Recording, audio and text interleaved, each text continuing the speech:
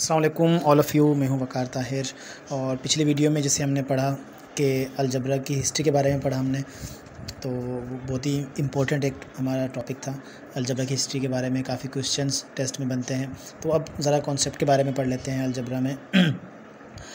तो अलजबरा हम उसे कहते हैं कि जिसमें सिंपल वर्ड में समझा देता हूँ आपको ताकि ये कि समझने में आसानी हो। एक्स वाई जेड या ए बी सी जिसमें हम यूज़ करते हैं, वैसे तो कोई भी नंबर यूज़ कर सकते हैं, इन्हें हम वेरिएबल कहते हैं। ये हम थोड़ा पढ़ेंगे आगे। पहले हम जान लेते हैं कि इक्वेशन क्या होता है। पहले चलो इक्वेशन के बारे में पढ़ लेते हैं कि इक्वेशन किसे कहते हैं। इक्वेशन हम उसे कहते हैं जिसके अंदर हम इक्वल की साइन यूज़ हो, जिसके अंदर जिस भी मतलब कि ना for example X plus Y is equal to 15, तो ये हमारे पास क्या है, इक्वेशन है, क्योंकि इसके अंदर बराबर की जो साइन है, इक्वल की जो साइन है वो यूज़ हो रही है, ठीक है। और एक होती है एक्सप्रेशन, ठीक है। एक होती है एक्सप्रेशन। एक्सप्रेशन किसे कहते हैं हम? एक्सप्रेशन वो है जिसके अंदर इक्वल की साइन मौजूद ना हो। फॉर एग्जांपल अगर सिर्फ ये लिखा हुआ हो हमारे पास तो हम इसे कहेंगे एक्सप्रेशन।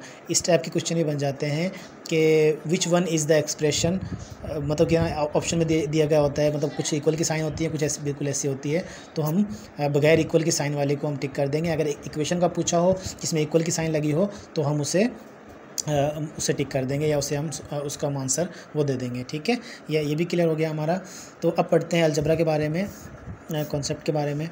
तो अलजबरा के बारे में इसके अंदर क्या 4 चीज़ें होती हैं, 5 चीज़ें लगा लो, इसके अंदर 5 चीज़ें होती हैं। एक होता है कांस्टेंट, ठीक है। नंबर 2 वेरिएबल होता है इसके अंदर, और वेरिएबल के ऊपर पावर होती है, ठीक है। वैसे तो ये ज़्यादा यूज़ नहीं करते हैं। ऑपरेटर होता है और कोएफिशिएंट होता है। अब किसे कहते हैं, अब ये देखें, अभी थोड़ा ज़रा समझ लें कि किसे हम कांस्टेंट कहते हैं, किसे हम वेरिएबल कहते हैं, और किसे हम ऑपरेटर कहते हैं, और किसे हम कोएफिशिएंट कहते हैं।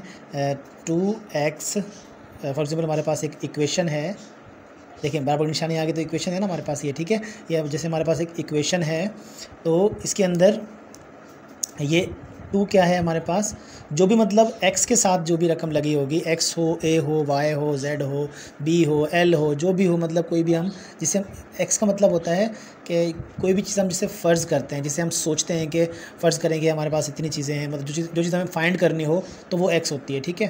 तो जो उसके साथ जो भी नंबर लगा हुआ होगा उसे हम क्या कहेंगे, उसे हम कहेंगे कोएफिशिएंट, ठीक है। और ये x जो है इसे हम क्या कहेंगे, x जो है, x हो, y हो, a हो, b हो, z हो, जो भी हो, तो इसे हम क्या कहेंगे, इसे हम कहेंगे वेरिएबल, ठीक है। क्लियर हो गया। और इसके ऊपर जो अगर पावर अभी कुछ भी नहीं लिखी हुई यहाँ पर, तो इसका मतलब इसके ऊपर 1 पावर है, तो 1 क्या है हमारे पास, ये हो गया पावर, ठीक है। या अगर स्क्वायर होता तो फिर 2 पावर हो जाती, ठीक है। तो जो भी ऊपर होगी यहाँ पर उसे हम पावर कहेंगे। ये जो बीच में है ये क्या कहलाता है, ऑपरेटर, इसे हम ऑपरेटर कहते हैं, ठीक है। हमने पढ़े थे ना कि माइनस प्लस और ये मल्टीप्लिकेशन और डिवीज़न जो भी है, ठीक है, ये सब क्या, ये सब क्या है, और डिवीज़न, ये सब क्या है, ऑपरेटर्स हैं, ये हमने पढ़ा था। और ये जो हैं, जो नंबर्स हमारे पास लिखे हुए हों, जिस तरह 12 है और 5 है हमारे पास, ये क्या हो जाता है, ये कांस्टेंट है, ठीक है। क्लियर हो गया। ये चीज़ें हमारे जहन में हो कि कौन सा कोएफिशिएंट है। ये अक्सर क्वेश्चंस में इस तरह से पूछा जाता है कि फॉर एग्जांपल 2x + 12, यही सेम लिख लेते हैं हम कि इसमें से कौन सा कोएफिशिएंट है। तो ऑप्शन में हमारे 12 होगा, 5 होगा, 2 होगा और x होगा, 4 ऑप्शन होंगे हमारे पास। तो जिसे पता होगा तो वो 2 के ऊपर इजीली लगा देगा कि कोएफिशिएंट हमारे पास ये है। तो इस तरह वेरिएबल का भी पूछ सकते हैं, इसी तरह हमारे पास कांस्टेंट का भी पूछ सकते हैं। कांस्टेंट के ऊपर हमारा अगर a और b में दोनों 12 और 5 दिया गया है, a में और b में, तो 12 और 5 दोनों मतलब हमारे सही आंसर हो जाएंगे, ठीक है। ये थोड़ा सा कॉन्सेप्ट आप लोगों का क्लियर हो।